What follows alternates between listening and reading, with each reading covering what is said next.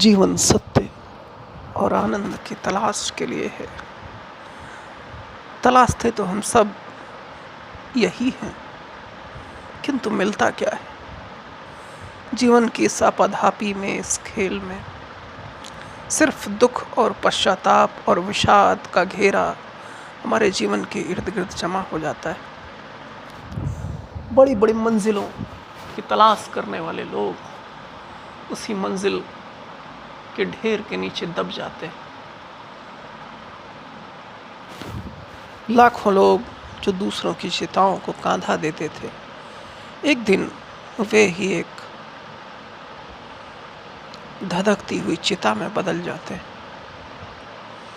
जीवन में मृत्यु और विषाद का एक ऐसा तांडव चलता है, लेकिन फिर भी यह तांडव हमें दिखाई नहीं पड़ता।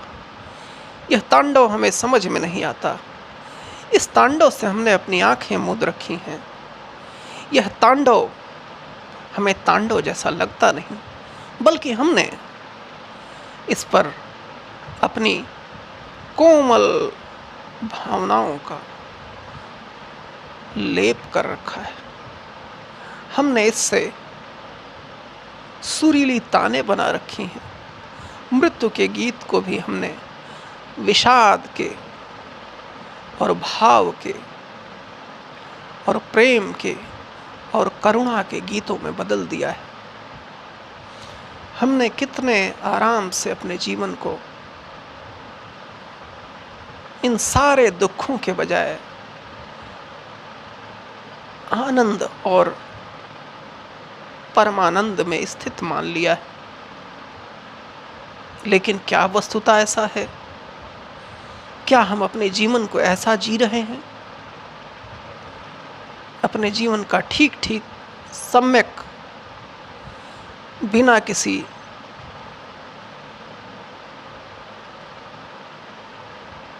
पक्ष के, क्या हम कह सकते हैं कि मेरा जीवन आनंदित है, मेरा जीवन भाव और प्रेम से भरा हुआ है? मित्रों, इसी की हम तलाश करेंगे कि आखिर हम तलाशते कुछ और हैं और मिलता कुछ और है। जिस मृगनयनी के पीछे भागे थे, भागते भागते भागते भागते एक दिन पता चलता है वह तो एक मिथ्या थी, एक माया थी, एक झूठ था, एक भ्रम था। लेकिन ये झूठ कितना सच लगता है जब जीता है। मृग तृष्णा में फंसा हुआ आदमी, दूर से उसको सब पानी ही पानी दिखाई पड़ता है, जल ही जल दिखाई पड़ता है, किंतु ज्यों ज्यों निकट आता है वो पानी और दूर सरकता चला जाता है, और दूर सरकता चला जाता है। और फिर हम अपने मन को आशा दिलाए जाते हैं, आज नहीं हुआ कल हो जाएगा, कल नहीं हुआ परसों हो जाएगा। जीवन में आशा रखो, धैर्य रखो। मित्रों, ऐसा क्यों है? आज हम इन्हीं थोड़े से प्रश्नों पर विचार करेंगे। मैंने सुना है सेमल के एक वृक्ष पर एक तोता रहा करता था।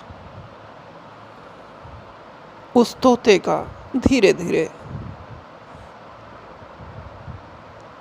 उस वृक्ष पर उग रहे एक सेमल के फल से प्रेम हो गया, और वह प्रेम ज्यों-ज्यों समय बीतता गया अधिक गाढ़ा होता गया, अधिक गाढ़ा होता गया। और वह तोता निरंतर सोचता रहा कि अभी इसको मैं नहीं खाऊंगा, जब पूरा ये परिपक्व हो जाएगा। वो रोज जब शाम लौटता अपने पंख उसी फल पर टिका देता, उसके साथ बातें करता, उसके साथ विहार करता, उसके साथ मैत्री साधता, और ज्यों-ज्यों उसका रंग चटकीला होता जाता, ये तोता प्रसन्न होता। धीरे धीरे समय बीतता गया और एक दिन जब तोते ने समझा कि अब उपयुक्त समय आ गया है इस फल को खाया जाए, और उसने उस फल पर टोट मारी, तो रुई के सारे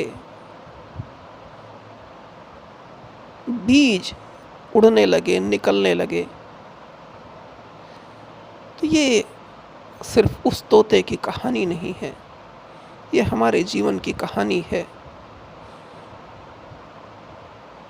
हम जिससे भी अपना नेह लगाए रखते हैं, जिससे भी हमारी प्रीति है, जिसमें भी हमारा इन्वेस्टमेंट है, उस सब में ज्यों ही हम टोंट मारते हैं उस दिन उसकी हकीकत सामने आ जाती है। उस दिन पता चलता है कि जिसको मैं अपना कहता था, जिसको मैं कहता था कि इसके लिए मैं प्राण दे दूंगा, एक दिन पता चलता है कि वह तो अपना ही नहीं है।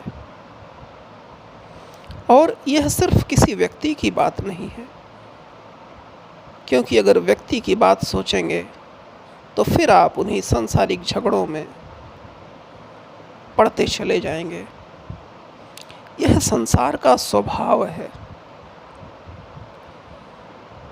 इस स्वभाव पर थोड़ा दृष्टि डालें तो आपको पता चलेगा। जैसे कबीर साहब कहते हैं, पानी केरा बुदबुदा अस मानस की जात, आते ही छुप जाएगा ज्यों तारा प्रभात। यहू ऐसा संसार है जैसा सैमल फूल।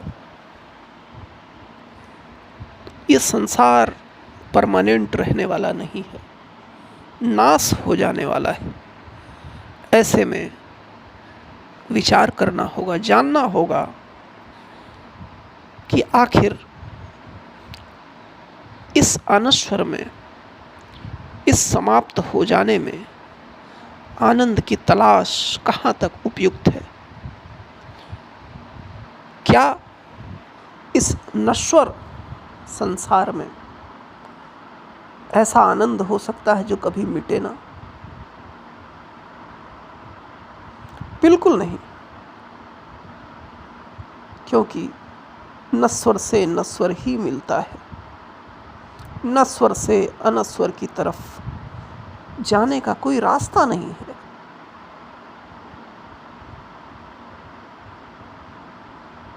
तो मित्रों, इन थोड़ी सी बातों पर आप विचार करें, आप सोचें,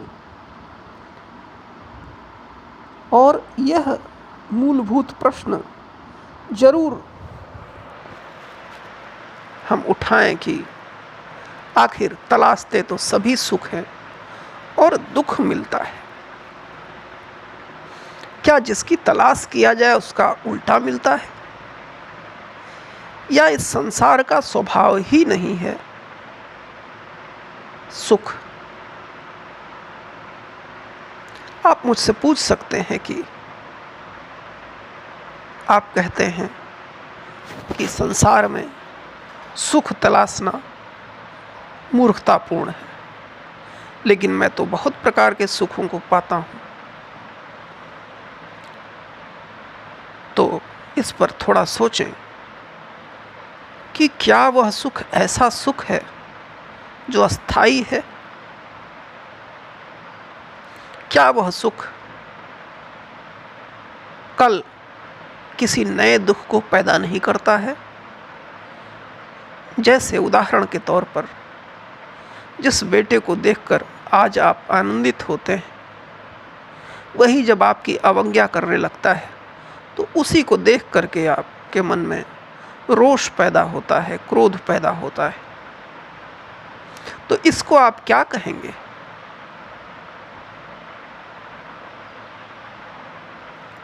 तो इस दृष्टि से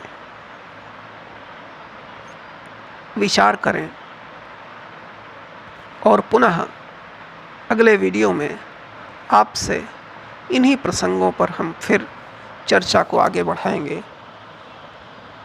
आपने मेरी बातों को इतने ध्यान से सुना, उसके लिए अनुग्रहित हूँ।